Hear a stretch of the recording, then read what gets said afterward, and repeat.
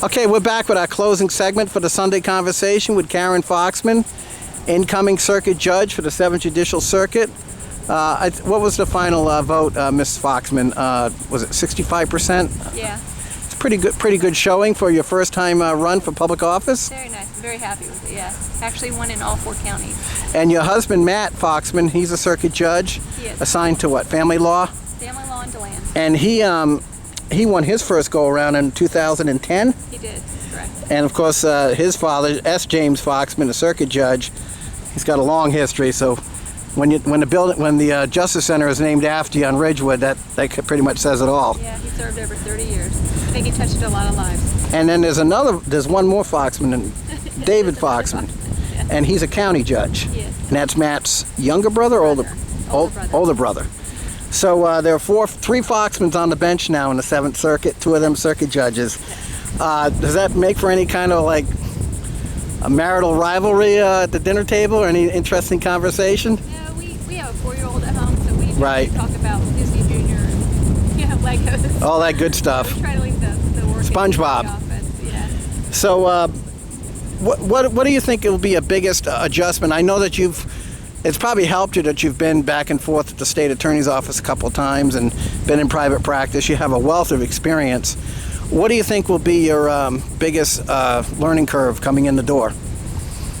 I think having a new role in the courtroom, I generally have had a client, whether it's the state of Florida, a victim, or a defendant, or a husband, or a wife. I've had a client in there, so I'm an advocate. And as a Right. judge, you're a neutral party in the courtroom. So the shifting of roles will probably be an adjustment, but I have a lot of good mentors in the system. Now, help me out. you should be going into Judge Sean Breeze's assignment. Is that correct? I think it's likely Judge Perkins will ultimately make the decision as to what assignment. He I being will the get. chief judge. He being the chief judge, but we have 2 family law judges that are retiring this year right out of Daytona. And who are they? Judge Beck is retiring as of October, and he's been replaced by the appointment of Judge Hood. And Right. then Judge Breeze, of course, leaving. And that was David Hood, the former state, the current state representative.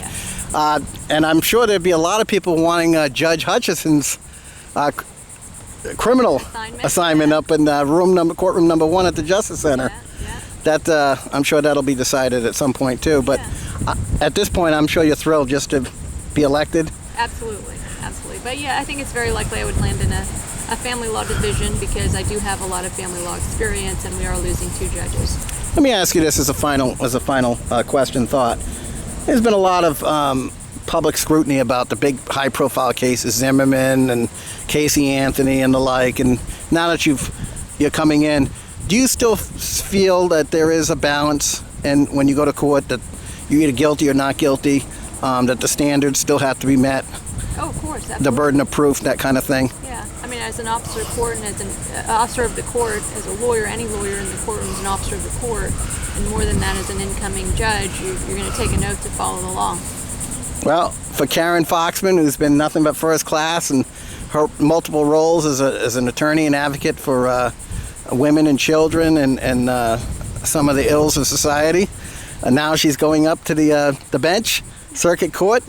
This is Henry Frederick for the Sunday Conversation. Thank you. Thank you. Bye-bye.